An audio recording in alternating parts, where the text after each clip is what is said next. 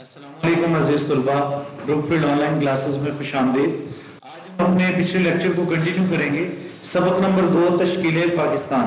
سب سے پہلے ہم مصنف کا تعارف دیکھیں گے۔ مصنف ہیں اس کے میاں بشیر احمد۔ میاں بشیر احمد ایک سچے مسلمان اور اسلام کے شیدائی تھے۔ ساری عمر اسلام کے فروغ اور مسلمانوں کی فلاح کی خاطر قلمی، علمی اور عملی جہاد میں مصروف رہے۔ آپ کو نظریہ پاکستان سے والہانہ لگاؤ تھا۔ آپ کی تحریریں اسلامی اقدار کی اشاعت اور نظریہ پاکستان کی وکالت کرتی نظر آتی ہیں۔ آپ کی تحریریں سادہ زبان و بیان کے ساتھ اثر انگیز ہیں۔ خلوص، دیانت، بے باکی اور دو ٹوک بات کہنا آپ کی عادت تھی۔ آپ صحافی، نثر نگار اور شاعر بھی تھے۔ تحریک پاکستان کے دنوں میں آپ کی یہ نظم بہت مشہور ہوئی۔ اس کا ایک مصرع ہے: ملت کا پاسباں ہے محمد علی جناح۔ ڈاکٹر ابو اویس آپ کے بارے میں لکھتے ہیں: سر سید نے جو طرز ایجاد کیا وہ ان تک محدود نہیں رہا، بلکہ ان کے رفقا بھی اس سے متاثر ہوئے۔ جب یہ سلسلہ آگے بڑھا تو میاں بشیر احمد جیسے مفکرین نے اسے جاری رکھا اور ترقی دی۔ جی عزیز طلباء، چیپٹر کی ریڈنگ کی طرف آئیں گے، سبق کی پڑھائی کی طرف۔ سبق کا عنوان اوپر لکھا ہے تشکیل پاکستان۔ پچھلے لیکچر میں ہم گفتگو کر چکے تشکیل یعنی بناوٹ، پاکستان کی بناوٹ۔ تو اس مضمون کے اندر مصنف نے 1707 سے لے کر 1947 تک کے حالات کو مختصراً بیان کیا ہے۔ شروع کریں گے۔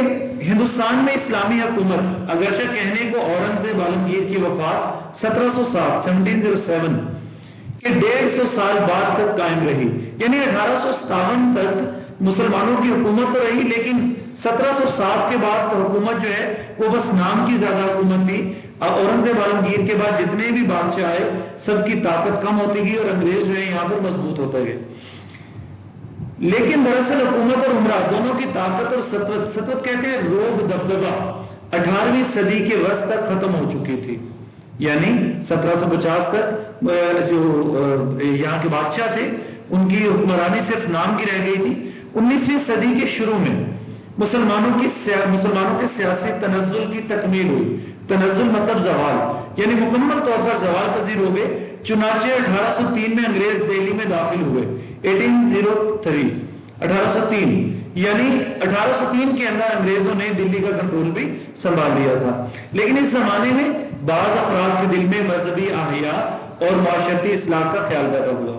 شاہ ولی اللہ، شاہ عبدالعزیز وغیرہ کی کوششوں سے علم دوست لوگوں میں مذہب کی صحیح واقفیت بڑھتی گئی، لیکن عوام کی مذہبی حالت بہت گری ہوئی تھی اور مذموم یعنی ناپاک معاشرتی رسموں میں مسلمانوں اور ہندوؤں میں زیادہ فرق نہ تھا۔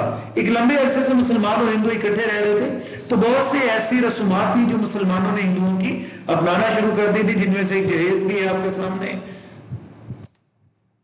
سیاسی تنزل اور معاشرتی تخریب کے اس نازک وقت میں ایک پرخلوص مسئلہ اور اصلاح کرنے والا سید احمد بریلوی رحمۃ اللہ علیہ پیدا ہوئے، جنہوں نے 1816 سے 1831 1812 سے 1831 تک 15 سال مسلمانوں کی مذہبی اور معاشرتی خرابیوں کو دور کرنے کی پوری کوشش کی۔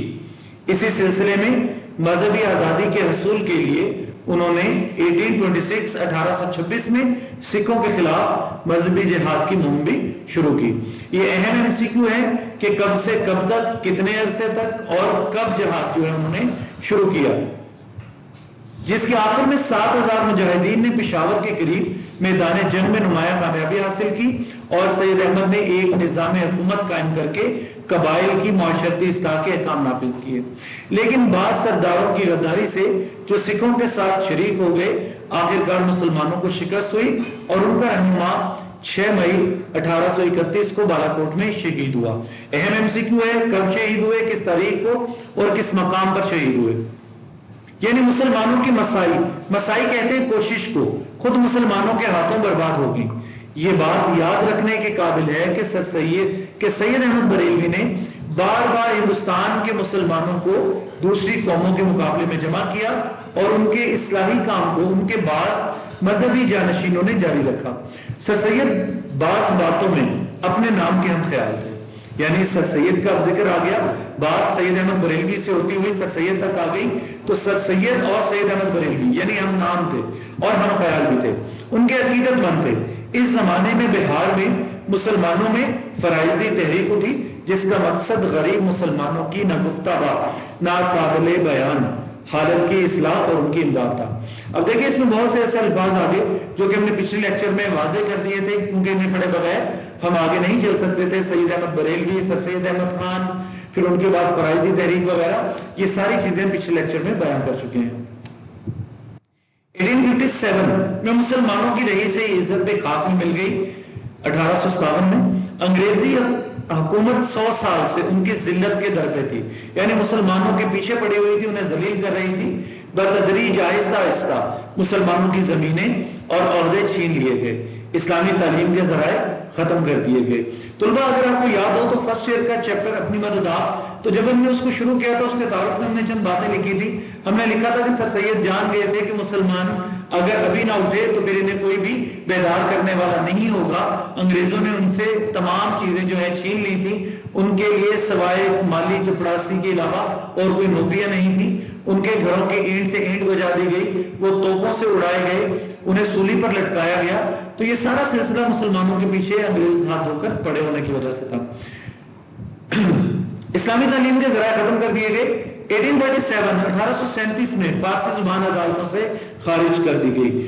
یہ وہ ایم سی کیو ہے جو اس سبق میں سے بہت مرتبہ آپ کے فائنل ایگزامز میں سالانہ امتحان میں آ چکا ہے کہ فارسی زبان کب خارج کی گئی تھی۔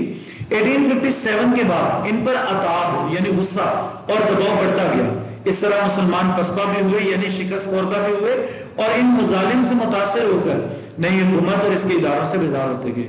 یعنی نئی حکومت، انگریزوں کی جو حکومت تھی اور اس کے جو ادارے تھے، مسلمانوں نے اس کو دل سے قبول نہیں کیا۔ ادھر ہندوؤں کی بے رخی نے ان کے زخموں پر نمک چھڑکا، یعنی زخموں پر نمک چھڑکنا تکلیف کو اور بڑھا دینا۔ اس ناگفتہ حالت میں ایک دور اندیش ہمدرد ملت اٹھا جس نے اپنی مایوس اور پسماندہ قوم کو امید، محنت اور ترقی کا زندگی بخش پیغام دیا۔ یہ مرد خدا سر سید احمد خان تھے۔ یہ انہی کی جدوجہد کا نتیجہ تھا۔ گو ملک ہاتھوں سے گیا، ملت کی آنکھیں کھل گئی۔ اب یہ انورٹڈ کاماز میں لکھا ہوا ہے، یہ ہے تو مصرع، یہ مصرع اقبال کی نظم خضر راہ سے لیا گیا ہے۔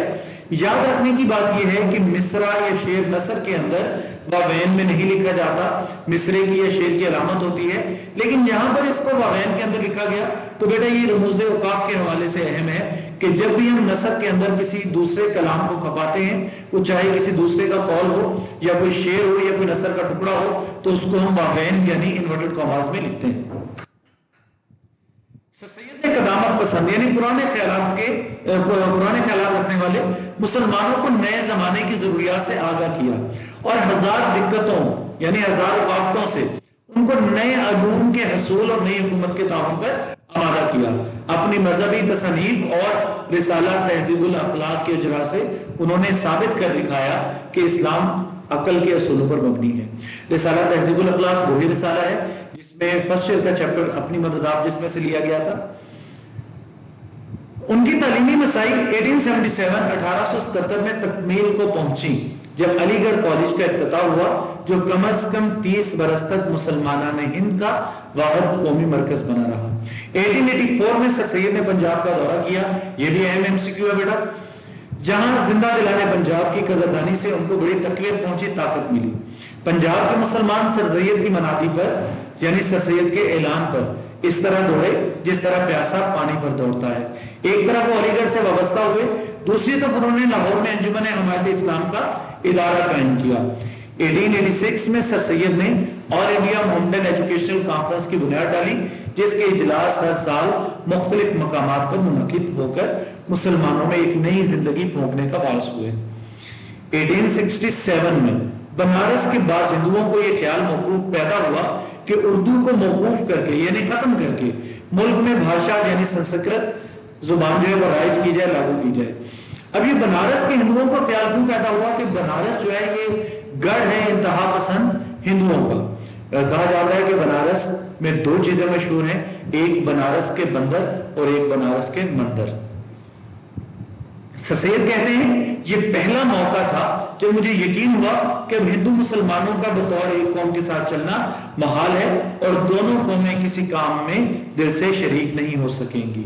سر سید کے اس قول سے پتہ چلتا ہے کہ دو قومی نظریے کی بنیاد تب پڑ چکی تھی۔ 1885 میں انڈین نیشنل کانگریس کی یعنی بنیاد پڑی۔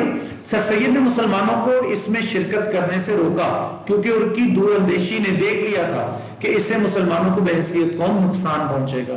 اپنے ایک اہم بیان میں انہوں نے کہا کہ جمہوری طریقہ ہندوستان کے لیے موضوع نہیں۔ اب جمہوریت تو ہر جگہ پر موضوع ہے، تو یہاں پر موضوع کیوں نہیں تھی؟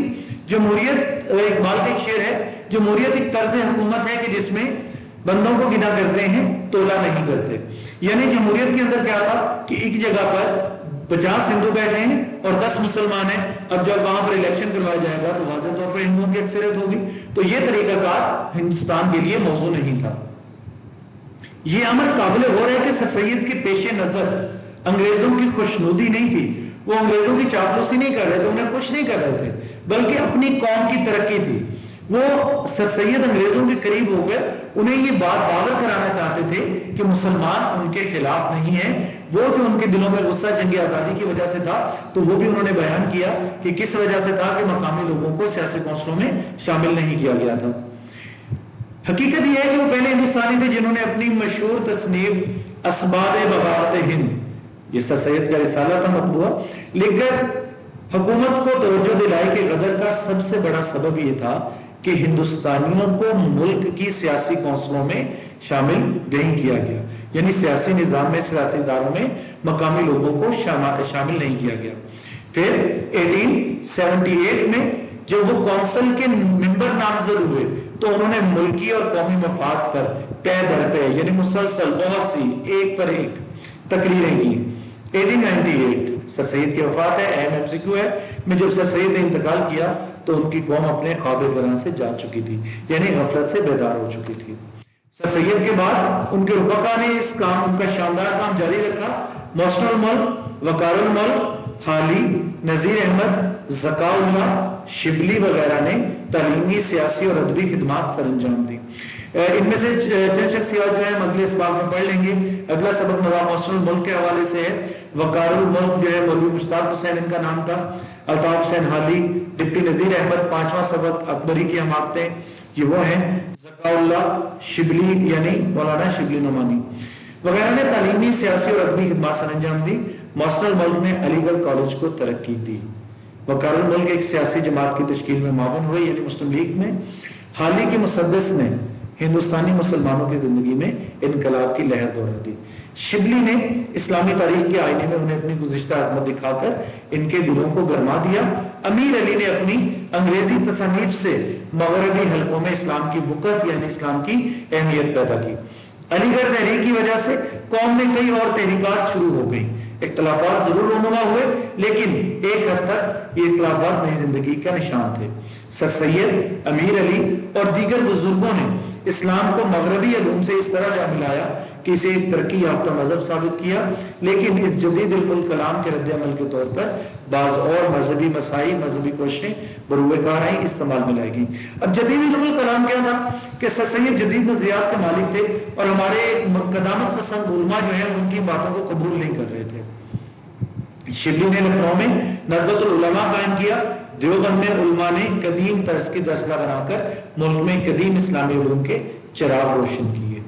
ان مسائل کا نتیجہ یہ ہوا کہ مذہب سے بیگانگی، مذہب سے دوری بہت حد تک کم ہو گئی۔ مغرب کی ذہنی غلامی سے نجات ملی، لیکن ساتھ ہی ایک ایسی فضا پیدا ہو گئی جس میں اپنی ہر چیز اچھی اور دوسروں کی ہر چیز بری نظر آنے لگی۔ اس کی اصلاح ضروری ہو گئی۔ تو عزیز طلباء، آج کا لیکچر یہی تک۔ سبق کا بقیہ حصہ جو ہے انشاءاللہ ہم اگلے لیکچر میں جاری رکھیں گے۔ خدا حافظ۔